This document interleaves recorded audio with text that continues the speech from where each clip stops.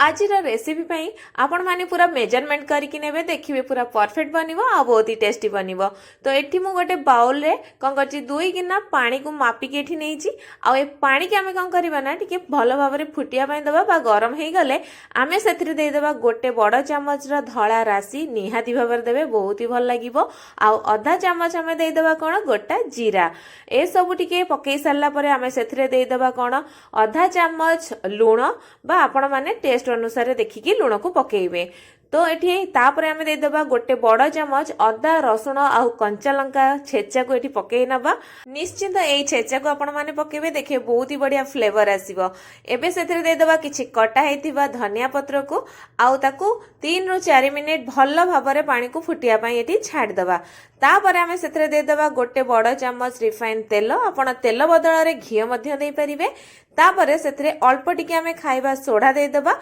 आपण चाहिले सोडा बदल रे इनो किंबा बेकिंग पाउडर मध्य अल्प टिके पकेई परिबे। एबे ए सब को भलो भाबरे मिक्स करिकी ताकू भलो भाबरे आ टिके फुटिया पई छाड़ दबा।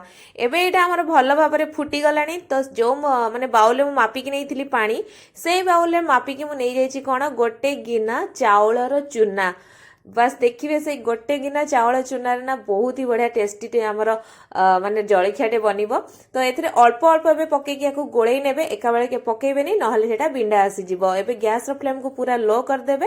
तापरे याकू भल्लो भाबरे आपण कोन करिवे ना गोळेई नेबे धीरे धीरे करिकी। तो एबे देखि पारुथिबे ए सबु हमर भल्लो भाबरे मिक्स हे गलानी बा एठी गोळेई हे गलानी। तो एटा भल्लो भाबरे मध्य सिझी गलानी। एबे आमे कोन करिवा ना याकू भल्लो भाबरे टिके ठंडा होवा पई छाड़ी दबा। तो 5 मिनिट पर एटा पूरा उषुम हे गलानी बा ठंडा हे आसिलानी। तो उषुम थिबा अवस्था रे आमे ताको कोन करिवा ना टिके हाथ रे दळी नबा। आ हां दळीला बेले कोन करिवे ना आपण टिके तेल लगेई परिबे नहले हाथ को टिके ओदा कर नेबे बा पानी टिके लगेई नेबे। तापरे याकू भलो भाबरे जेमति गोटे अटा दळ दिना जंतुणी तो सेमती भलो भाबरे याकू आपण दळी नेबे जेमति अटा दळा जाए। तो एटी देखि परथुबे एटा भलो भाबरे हमर दळी हे गलानी आ एटा केते बढ़िया भाबरे नरम मध्य हेची आपण देखि परथुबे।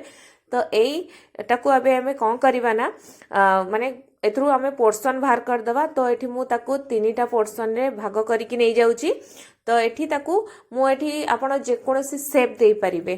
तो मु आकू एमती राउंड राउंड करी माने एटा 4 कोणिया भाबरे मु आकू रखुची। तो आकू मु एमती पूरा 4 कोणिया भाबरे शेप देई दोची। आउ बाकी जो हमर थिला ना जंतुणी से गुडा को मध्य एई भलिया भाबरे मु सेम प्रोसेस रे सब तक एमती बनै नेची।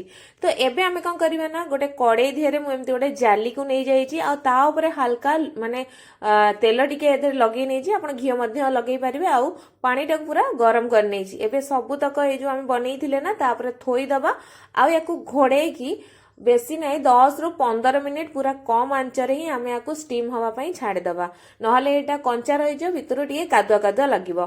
एबे 15 मिनिट पर म आपन देखो जे एटा पूरा भलो भाबरे सिझी जाईची आ भलो भाबरे माने हेई जाईची मध्य। तो याकू एबे हमें पूरा ठंडा हवा पई छाड़ दबा। पूरा ठंडा हैला परे म आपन मानु काटी की देखौची केते बढ़िया बने बनी छि हमर ए जळखियाटा। आपन ना इडली आ बाहरे खाइबा ही भूली जबे बरा।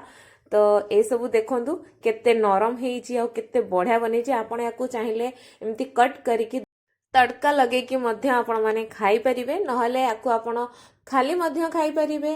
तो आपण चटनी सहित किबा जे कोनोसी तरकारी सहित मध्य खांतु बहुत ही भल लागिवो।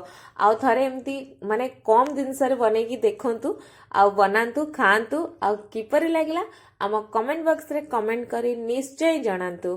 धन्यवाद।